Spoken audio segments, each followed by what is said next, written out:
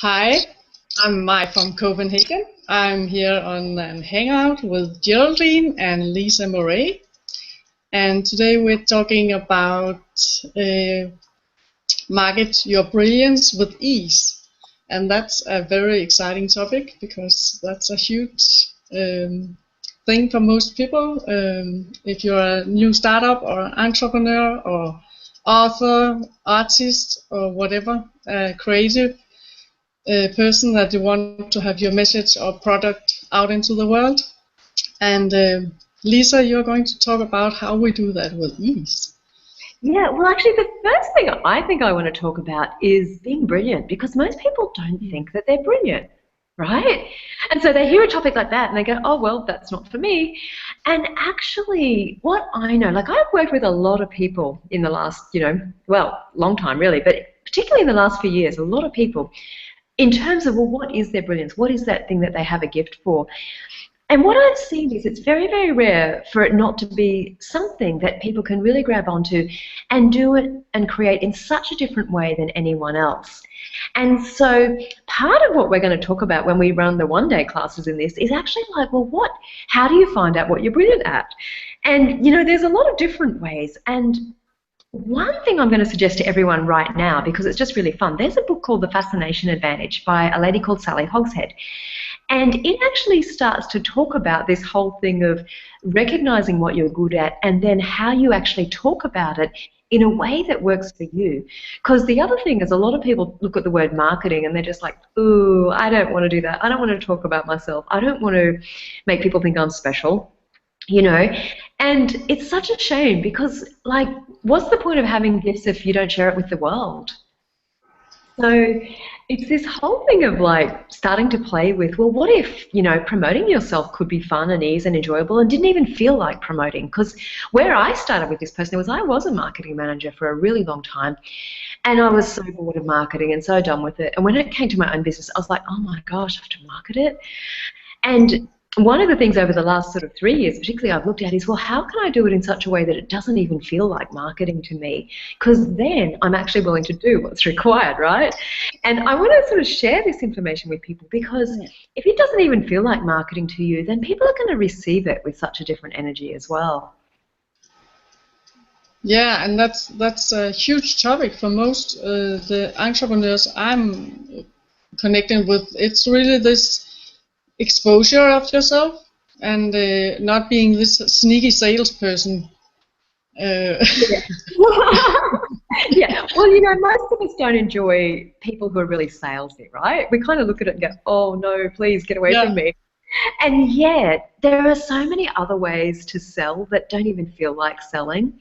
And, it's a topic that is not addressed very much because, there's a lot of people who are like, here, follow my formula, follow my, my strategy, and it'll all just work perfectly for you.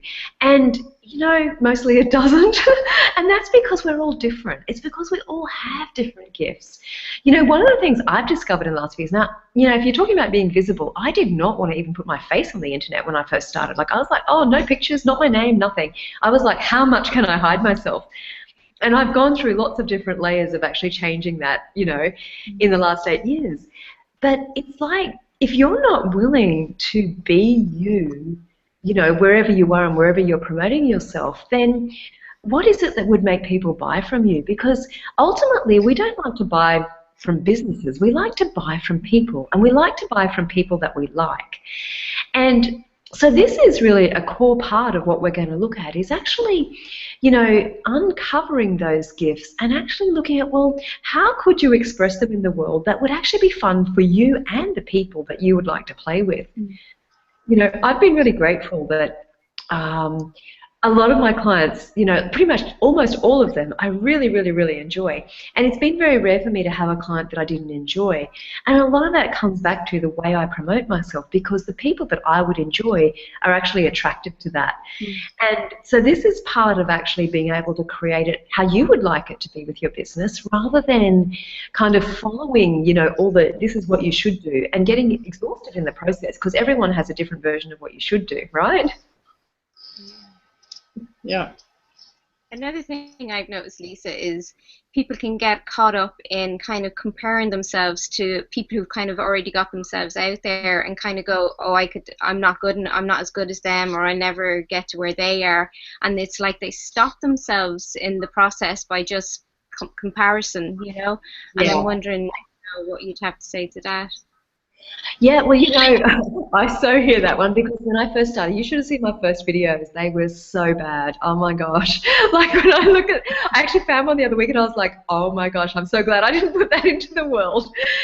So there is this thing where it may take a little while for you to get into the groove of you being you. And I know that sounds weird because we'd always go, well, I am me. And yes, you are. But to get comfortable in front of a camera, and we might even play with that actually on these days. It feels like a really fun thing to do, to play with getting comfortable in front of a camera or to get comfortable interviewing someone or being interviewed by someone.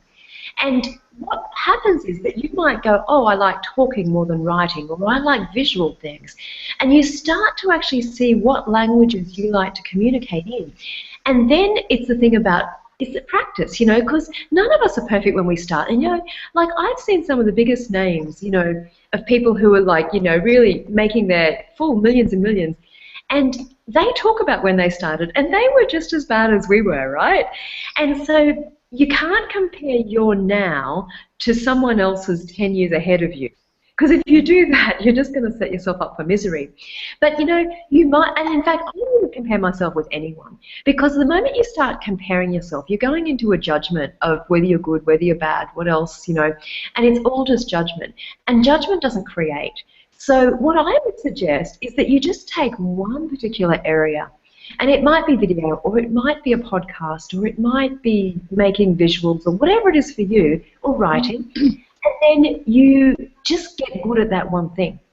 And that's really how I started. Like, my first thing was writing. Because once I did a couple of videos and I realized how bad they were, I was like, oh, well, I'm not going to do those for a while. And then, as time's gone on, the technology's got better and it's become easier to produce something that actually is reasonable. And so I've started to do more video. But in the beginning, I just was like, no, I'm not doing that. And so this is where, you will not fail if you don't do what someone says. You will only fail if you don't do anything. Okay? And that's just because no one will know about you. So there is literally hundreds of ways that you can have the world know about you. And one of the things we will play with in these one-day events is really looking at, well, what are the things that are going to work the best for you? And to get a personal promotional plan going so that you can actually start to enjoy what you're doing with your promoting rather than just judging yourself non-stop, which is not your best move, really. Cool, Lisa. So what about this promotion plan? Because there's a lot of new ways to promote yourself now. Yeah. So the technology can scare a bit for some people. Will you address some of that as well? Yeah, look, I'm happy on that day to talk about anything that people want to talk about, because I mean, I've been through it in from so many different directions, Like when I was a marketing manager, I had, multi-million-dollar budgets. So I came at it from that really big sort of picture. And, I've worked with some of the best people in the world in different areas. And so you learn things from that. And then, you go working for yourself and you're like, well, where's my IT guy? There isn't one, right? All of a sudden you're like, oh, here I am. What am I going to do now? And, even today we had a few tech issues. And, we just kept persisting and eventually we found our way around them. And so this is where it's like, yeah, I'm really happy to talk about that stuff at the class and look at, what will create the ease for you. Because I named this day very specifically, Marketing Your Brilliance with Ease, because it's no point if it's not ease, right? Because that just creates stress in your day and who wants to live like that? Nobody. So it literally is looking at, okay, so if the technology stuff's not your thing, maybe you like to go out and meet people in real life. There's all sorts of different ways that you can start to play with this. And it's certainly not a one-size-fits-all kind of basket. So, yeah, it's like any question you've got about how you could promote yourself better, and how you can... What I'm going to say is that probably one of the biggest things that shows up when people say, but my marketing's not working, is it's something that they're not being. It's an energy they're not being that's actually making people sort of either reject them or it's not attractive enough, you know. So we're also going to play with that side of it, because once you kind of work out what your secret sauce is, then that stuff becomes very natural, and then the technology becomes not as important. You still need to use it, but it's not like the thing that's going to just, you know, stop you from doing everything. So I hope that helps a little bit, and yes, we'll certainly talk about it a lot more on the day. Yeah. So we are seeing you in Copenhagen the 2nd of July for this class. Yeah. And I look very much forward to that. And that will be in Copenhagen, in Tigerstal, in the middle of the city. A very nice place. And the day, yeah. And Geraldine? Yeah, so we're going to be running a one-day class in Killarney, in a beautiful area in Fossa, just across from the lakes and the mountains. Yeah, and I'm really, it's on the 24th of June in Killarney, and I'm really excited because I know loads of people who are just amazing. You know, they have amazing skills and talents, and they're just like the best kept secret in town. And that's why I feel so excited about this, is just to be able to give people the tools and really empower them to get their gifts out into the world where they're required, you know. Yeah. So, yeah. And, you know, I think what you just said there about the best kept secret in town, you know, that's the thing, isn't it? And sometimes it's us keeping ourselves a secret, and sometimes it's just not knowing that one thing that's going to really make the difference. And we can certainly play with that and explore all those different ways of how that can be different for you. So if you would like to join us, all the information is on the website at www.creativitylab.tv/Europe. And all the dates are there. You can register there, and of course you can talk to May or Geraldine too if you would like to know more. So yeah, thanks for joining me today. And you know, it's funny, I'm really excited about this topic. I don't know why, but I feel like as we do it, there's going to be even more stuff uncovered. So how much fun can we have? Yeah. Cool. Yeah. Thank you. All right, we'll see you soon. Bye. Yes. Bye. Bye.